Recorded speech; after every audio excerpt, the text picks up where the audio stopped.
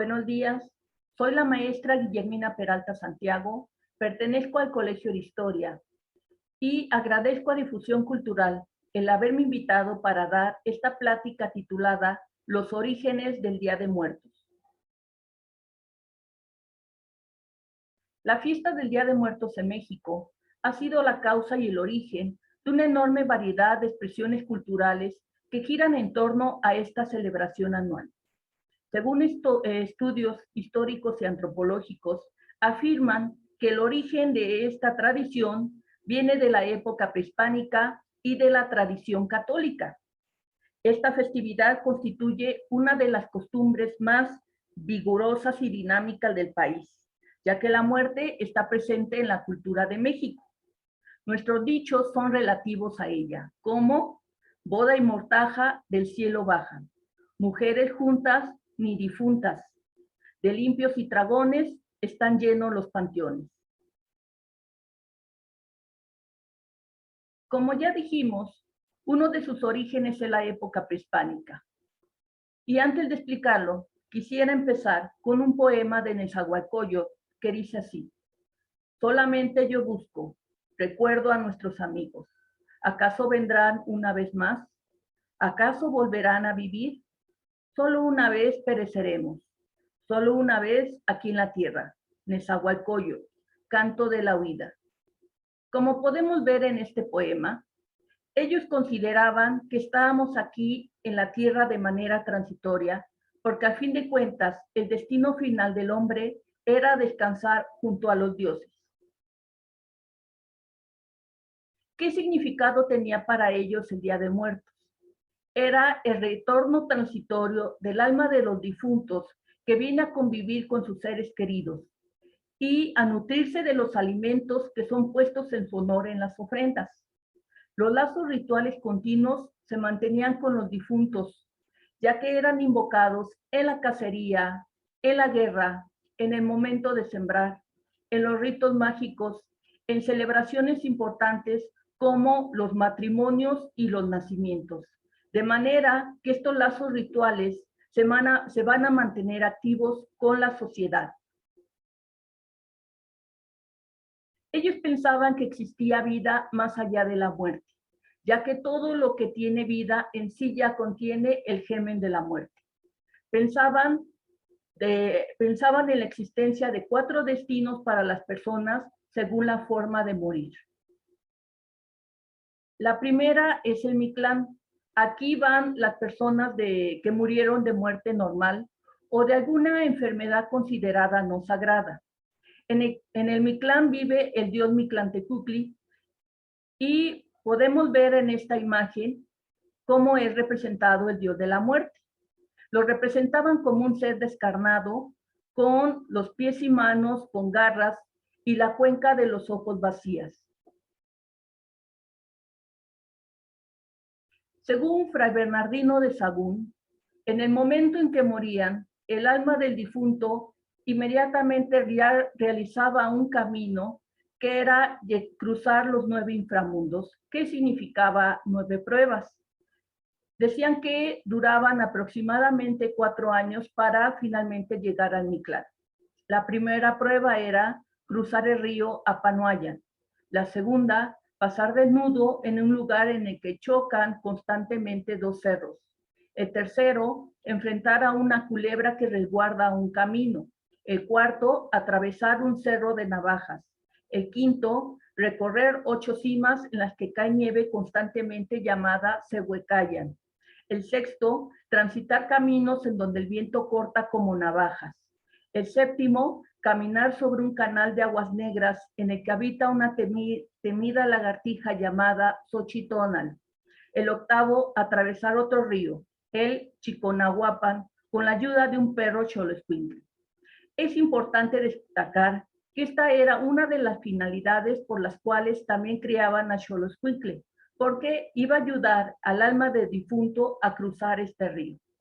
Debía de ser color café, porque si era de color blanco se podía negar diciendo que estaba limpio y no podía ensuciarse. También si era de color negro se negaba diciendo que estaba sucio porque ya había ayudado a cruzar el alma de un difunto. así que debía de ser de color café. Finalmente, el noveno inframundo era el lugar donde ya se encontraba el dios Mictlantecutli, y en el cual el alma de los difuntos viven como sus huéspedes. Según el linaje del difunto, eran las ofrendas con las cuales era enterrado. Podía ser alhajas, armas, enseres domésticos o instrumentos de trabajo. También se han encontrado ofrendas en las cuales en los pies del difunto se sacrificaban a Xoloscuincles. El segundo lugar donde descansan era el Tlalocan. Aquí en el Tlalocan habita el dios de la lluvia. En este lugar descansaban las personas muertas por un rayo, ahogadas, leprosos, gotosos, hidrópicos, y concebían el Tlalocan como un paraíso, como lo podemos ver en este mural que se encuentra en Teotihuacán, en el cual ellos conciben este lugar lleno de plantas, de flores, de frutas, verduras, y también donde se encuentran ríos. Ahí el clima era benigno, siempre era verano. Hay que también destacar que entre los prehispánicos, entre la mentalidad de los indígenas, no existía la idea del infierno.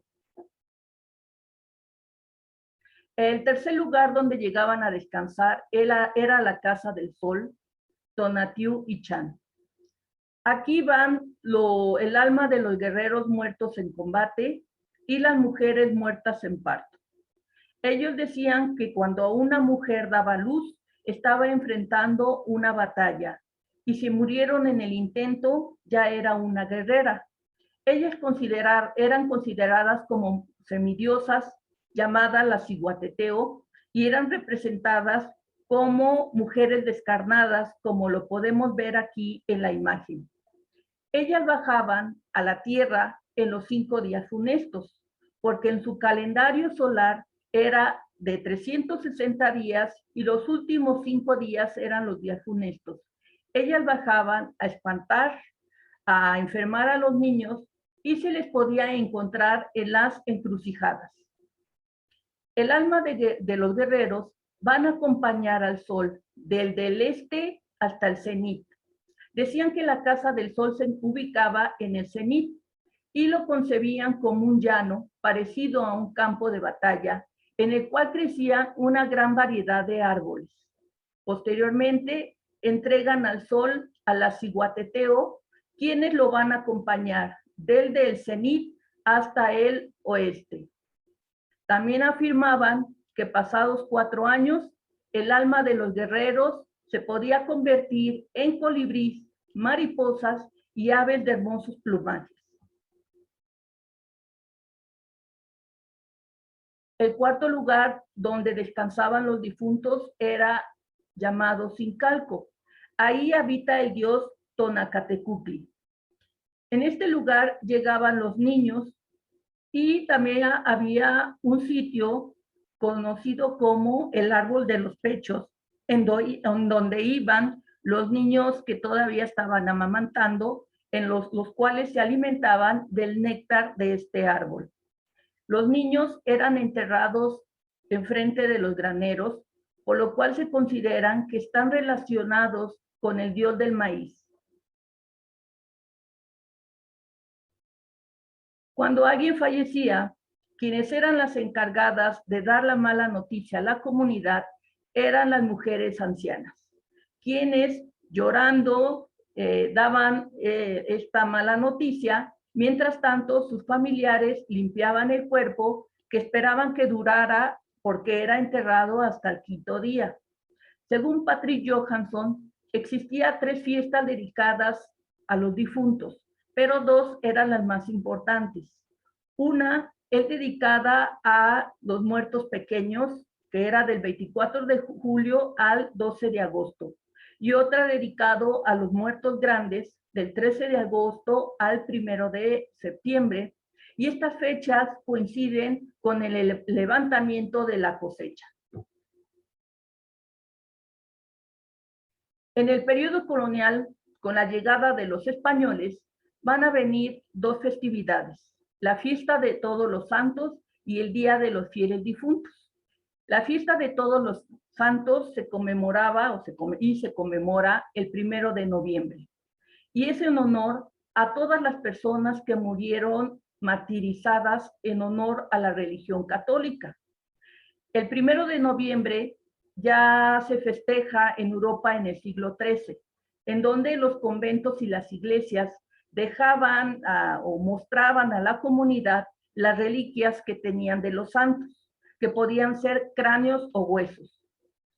El 2 de noviembre, el Día de los Fieles Difuntos, y este festejo ya se daba en el siglo XIV en Europa, y se dio para oficiar misas en honor a las personas que fallecieron de peste negra.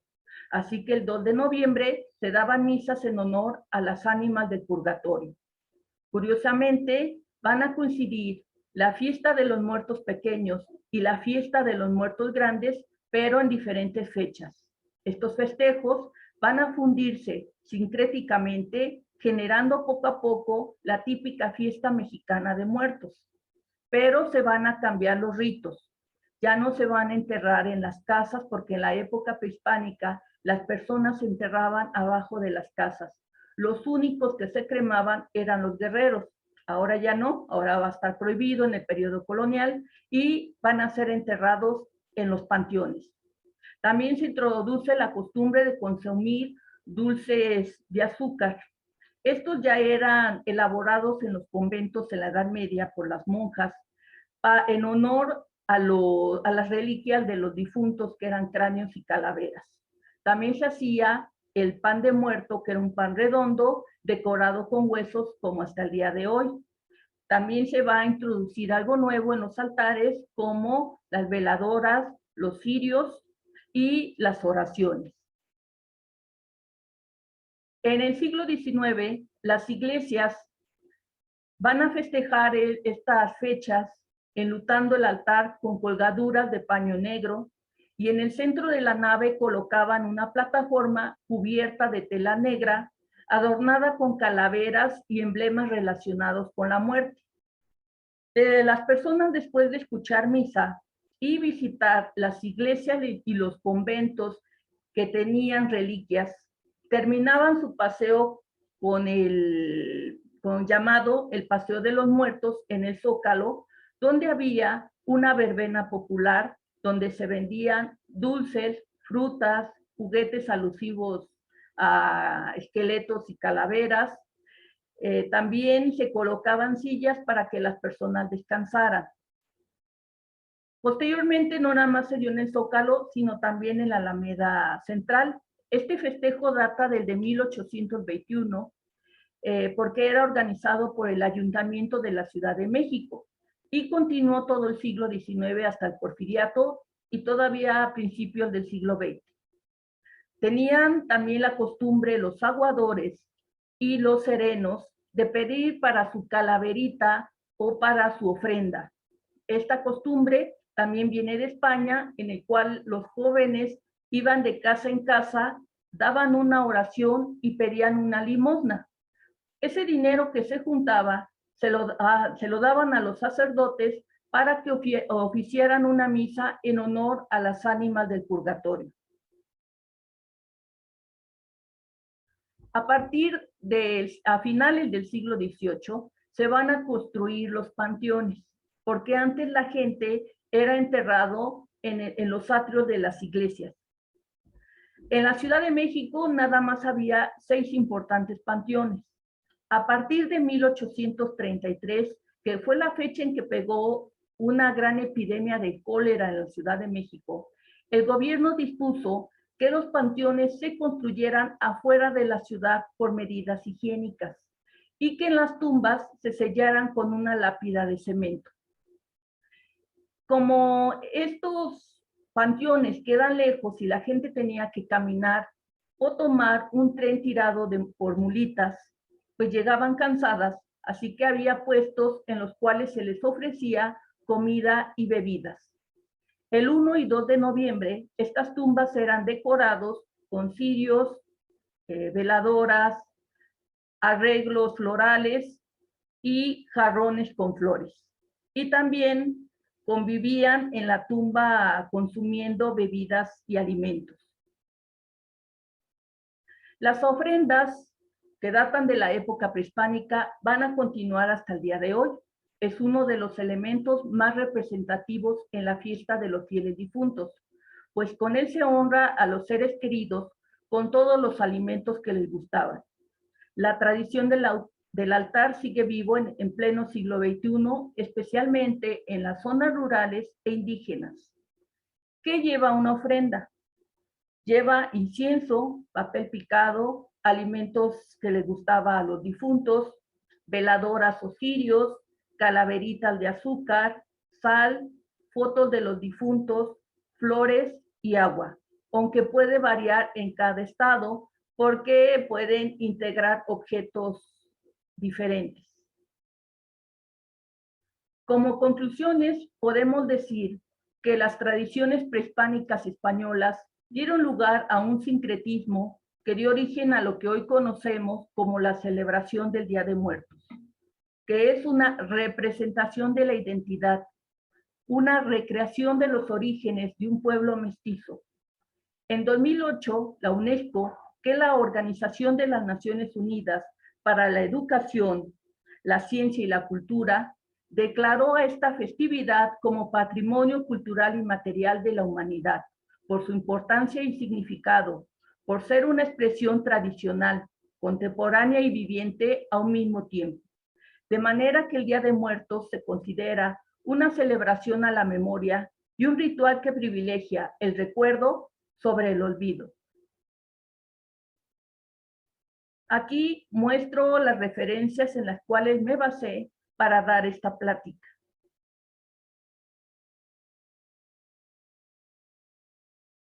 Muchas gracias por su atención.